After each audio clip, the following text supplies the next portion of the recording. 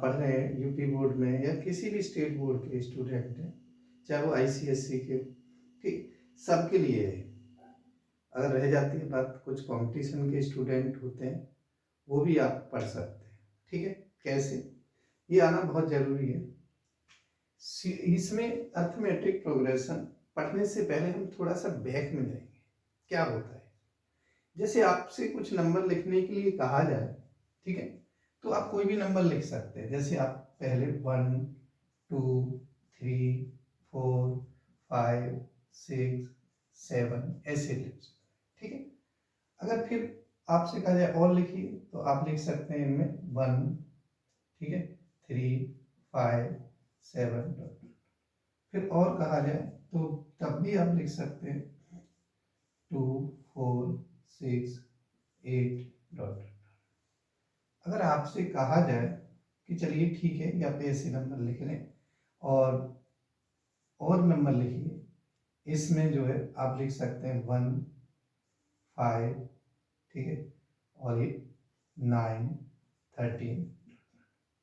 और कहा जाए कि आप लिखते रहिए कि डिफरेंस होने चाहिए, ठीक है, जरूरी नहीं है 1 से ही हो, आप कहीं से भी लिख सकते हैं, जैसे 3 5 7 9, ठीक है।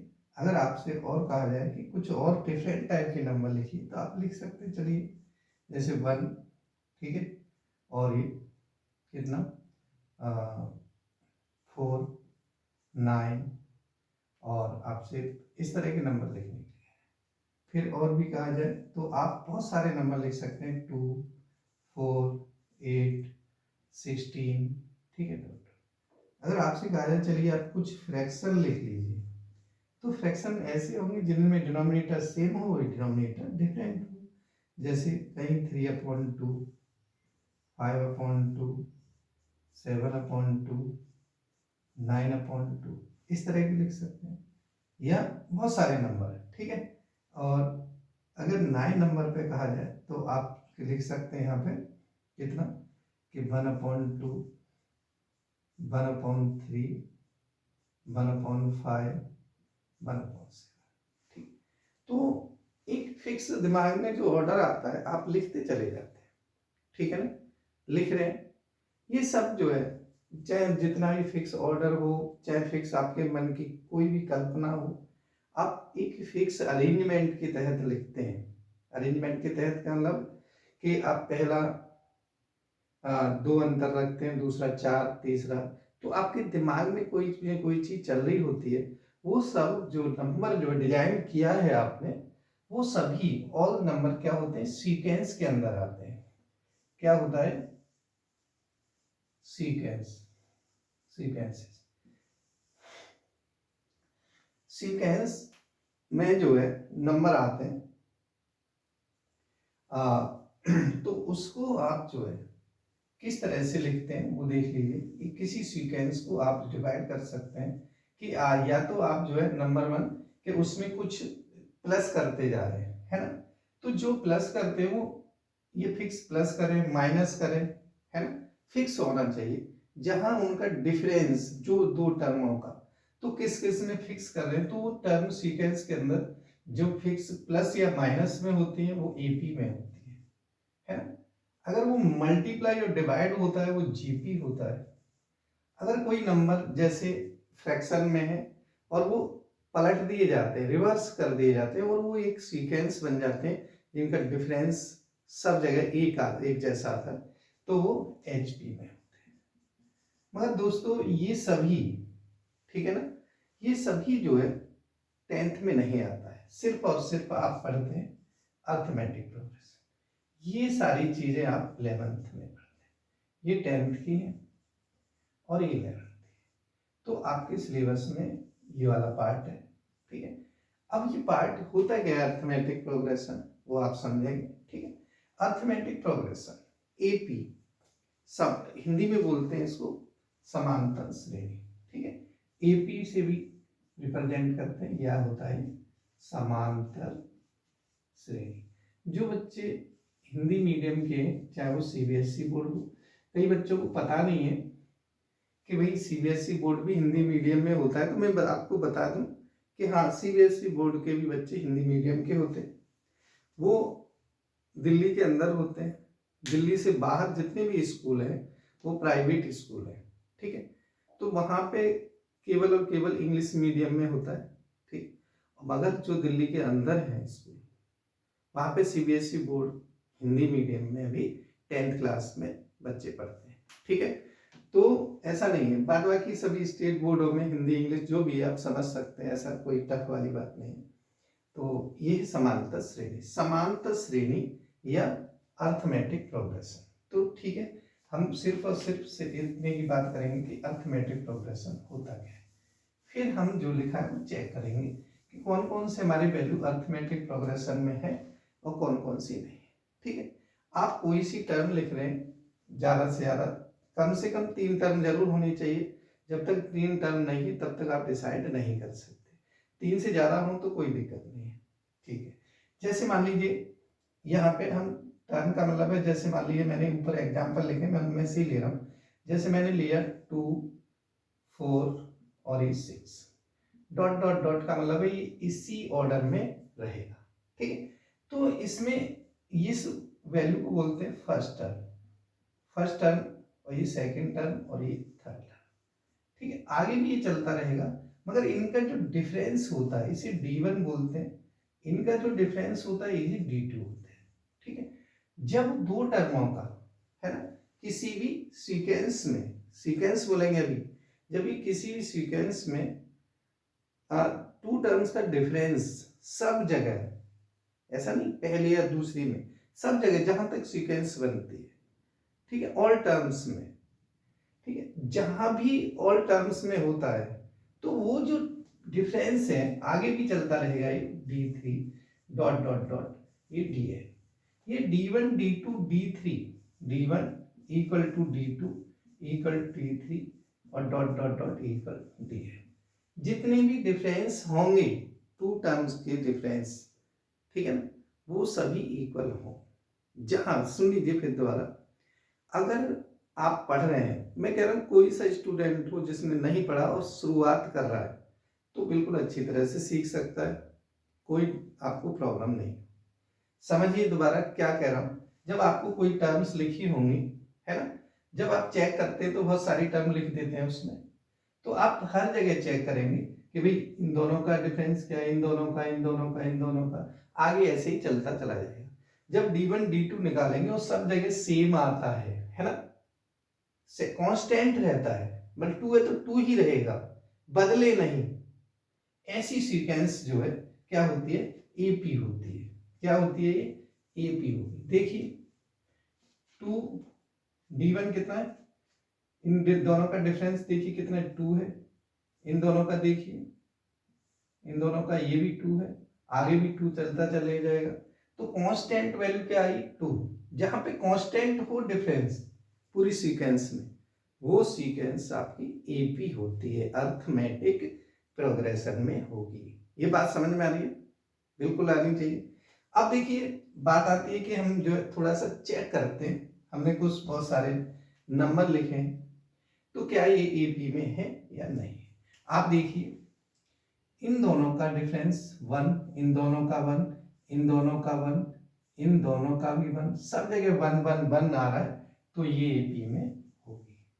इसमें आ जाइए, इन दो टर्म्स का डिफरेंस 2 है, तो इन दो का भी 2 है, आगे इन दो का भी 2 है, तो आगे ये डिफरेंस सेम रहता है तो ये एपी में रहेगी। डिफरेंस अलग अलग हो सकता है, जैसे इनका 2 है, अलग सीक्वेंस का अलग होगा, ये नहीं एक में नहीं होगा।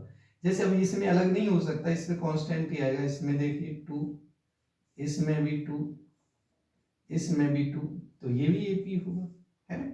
इसमें देखिए, इसमें 4, इसमें 4, इसमें 4, ये भी सेम आ रहा है, ये भी एपी। ये देखेंगे कि आप बहुत सारे एपी में आते चले जाते हैं कि आप इसे देखते हैं, इसे देखते हैं, इसे सब में 2 2 2, तो ये सब एपी में है ना। अब बात आती है इसकी, इसे देखिए, इन दोनों का कितना है, 3 है, तो इन दोनों का कितना है भैया, 5 है। डिफरेंस अलग हो गया। क्या 3 और 5 इक्वल होगा, ये D1 है तो D1 not equal to D2, तो नो AP, AP नहीं है।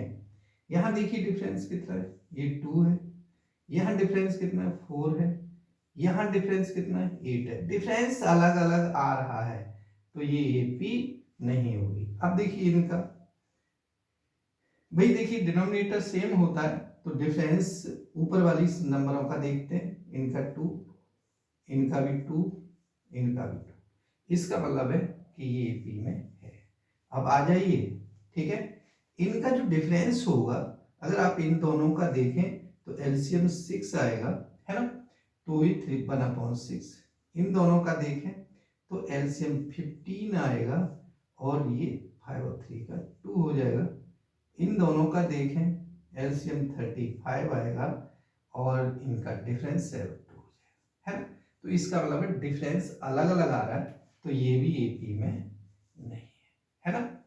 तो आप समझ गए एपी में कौन कौन सी टर्म होती है, ध्यान से सुनिए, ठीक है, क्योंकि मैं इसमें अभी आपको पहले पूरा बेसिक बताऊंगा, उसके बाद एक्सरसाइज के हिसाब से आपको क्वेश्चंस कराते चले जाएंगे।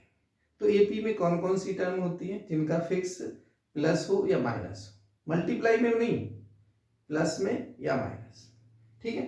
तो अगर इनको डिफरेंस करें दोनों का तो इक्वल आ रहा है तो वो एपी होगी। अगर नहीं आता, देखिए इसमें देखिए इनका डिफरेंस 2 4 8 आ रहा है तो बिल्कुल भी एपी में नहीं है। आ रही बात समझ में? हाँ सीक्वेंस है, एक ऑर्डर में दिया है कि 2 4 8 और ये दूसरे का डबल होता जा रहा है ना। तो ऐसे क्वेश्चन जहां पे पूछा जाता है एक मल्टीपल चॉइस क्वेश्चन में कि कहीं भी आप देखें तो आप देखें कि किसी का टाइम्स हो रहा हो, 2 टाइम्स 3 टाइम्स 4 टाइम्स, या किसी का मल्टीपल हो रहा हो, ठीक है ना, कि 2 4 6 2 4 8 16 या 1 3, है ना, 9 27, इस तरह के, वो सभी एपी में नहीं होंगे। बात समझ में आ रही है, ठीक। तो ऐसी टर्म को हम जो है एपी में नहीं लिखते। आप कहेंगे कि क्या फॉर्मूला, फॉर्मूले देखिए जितने भी फॉर्मूले हैं वो सभी आप जो है इससे ही तैयार होते हैं, ऐसा नहीं है कि आप इससे और किसी से तैयार, ठीक है। तो कैसे, देखिए मैं अभी बताता हूँ थोड़ा सा, क्योंकि आप जो है बिल्कुल याद करने की जरूरत नहीं है, कहीं से कुछ भी चीजें आप जो है बिना याद करे ही सीख जाएंगे। तो कैसे, देखिए सबसे पहले सभी बच्चे बिल्कुल घबराएं नहीं, से पढ़ें, ध्यान से पढ़ें, रटने की जरूरत नहीं है, कोई भी फॉर्मूले को, कैसे भी फॉर्मूले को रटने की जरूरत नहीं है। कैसे, देखिए जब आप इस सीक्वेंस को एक ऑर्डर में लिख लेते हैं कि जैसे मान लीजिए A1 A2 A3 और A4 ऐसे डॉट डॉट डॉट AN, हमने कितनी टर्म लिखी, n टर्म्स। अगर A1 को, ठीक है ना, इनका जो डिफरेंस होता है, मैंने बताया कि ये इज AP, AP है, एक सीरीज है, ठीक है, सीक्वेंस है, तो AP है, AP है, तो इसका मतलब है कि आप कह दें A2 minus A1 equal to D होगा, इसका मतलब है A2 equal to A1 plus D होगा, है ना, नंबर 1 लिख लें। ऐसे ही A3 minus A2 equal to क्या होगा D, इसका मतलब है A3 equal to A2 plus D। A2 की वैल्यू ऊपर है तो इसमें A1 प्लस D, है ना, सॉरी A1 A2 की जगह लिखेंगे A1 plus D plus D, तो क्या हो जाएगा A1 प्लस 2D। आप देखेंगे A ऐसे ही A4 minus A3 equal to D, तो A4 equal to A3 plus D, A3 की value A1 plus 2D plus D, तो कितना हो जाएगा A1 प्लस 3D। अब देखिए 3 टर्म्स है, आप देखेंगे कि A2 है यहाँ पे तो 1D है, A3 है तो 2D है, A4 है तो 3D है। समझ रहे ना कि D की जो वैल्यू है यहाँ पे प्लस में वो एक कम है, जो भी टर्म है, 4th टर्म है तो 3D है, 3 टर्म है तो 2D है। अगर ऐसे ही मैं आपसे पूछता हूँ, सभी बच्चे अगर पढ़ रहे हैं तो ध्यान से पढ़ें, पूरा वीडियो जरूर देखें, ठीक है। अगर मैं पूछूं आपको A5 कितना होगा तो आप कहेंगे A1 प्लस 4D होगा, होगा ना। अगर मैं कहूँ A6 कितना होगा, तब भी आप कहेंगे कि A1 प्लस, एक कम करिए सर 5D। अगर A7 पूछा जाए तो A1 प्लस 6D। आपको ऐसे ही याद हो जाएगा, डॉट डॉट। अगर मैं यहाँ पे n लिख दूं तो A1 प्लस n में से कितना कम करूं, 1D। और ये फॉर्मूला आपकी बुकों में छपा होता है। ये आप क्या करते, रटते हैं, तो रटे नहीं, अच्छी तरह समझे, क्योंकि क्वेश्चन इसी पे आएंगे, एपी और एक का सम और nth टर्म का क्वेश्चन हर तरह का आएगा। आप बस ध्यान से पढ़ें, जरूरी नहीं है कि जो सीबीएसई बुक में एनसीईआरटी वाली में लिखा है वही आए, बिल्कुल हाँ, वो तो बहुत अच्छी तरह से पढ़ना ही है, साथ साथ एडवांस लेवल लेके चलना। बात समझ में आ गई। तो ये nth टर्म, इस पे पूरी पे एक्सरसाइज 5.2 है। कौन सी है, 5.1 में तो आपको बस ऐसे ही दे रखा है, इस तरह से करिए। कौन सी है, जैसे फर्स्ट मैंने एग्जांपल बताए थे, उसमें next 2 term, next 4 term, next 7 term ऐसे पूछा, ठीक है। तो आपको इस तरह इसमें एक्सरसाइज 5.2 पूरा इसी से हो जाए। बात आती है कि सर अब ये तो आपने सिखा दिया कि ये ऐसे ऐसे होता है, क्या आप ये सिखाएंगे कि ये जो वैल्यू है, क्या हम Sn का फॉर्मूला ऐसे ही निकाल सकते हैं? आ रही बात समझ में? Sn का फॉर्मूला भी ऐसे ही निकाला जा सकता है क्या? तो बिल्कुल निकाला जा सकता है ना। तो देखिए बच्चों, जैसे आप देख रहे होंगे कि ये जो वीडियो हम बनाते हैं ऐसी आसानी से नहीं बन जाती भाई। आपको तो बहुत आसान लगता होगा कि ऐसे ही बना देते हैं, ठीक है, नोट कर लेना, पर ऐसा नहीं है। इसके लिए आप जो है, जो भी बच्चे देखते हैं, ठीक है, जैसे आप कहीं पढ़ने जाते हैं तो आपको क्या करना पड़ता है, पी करना पड़ता है। तो इसमें भी पी करना पड़ता है, पता है कैसे? कि अगर आपको अच्छा लग रहा है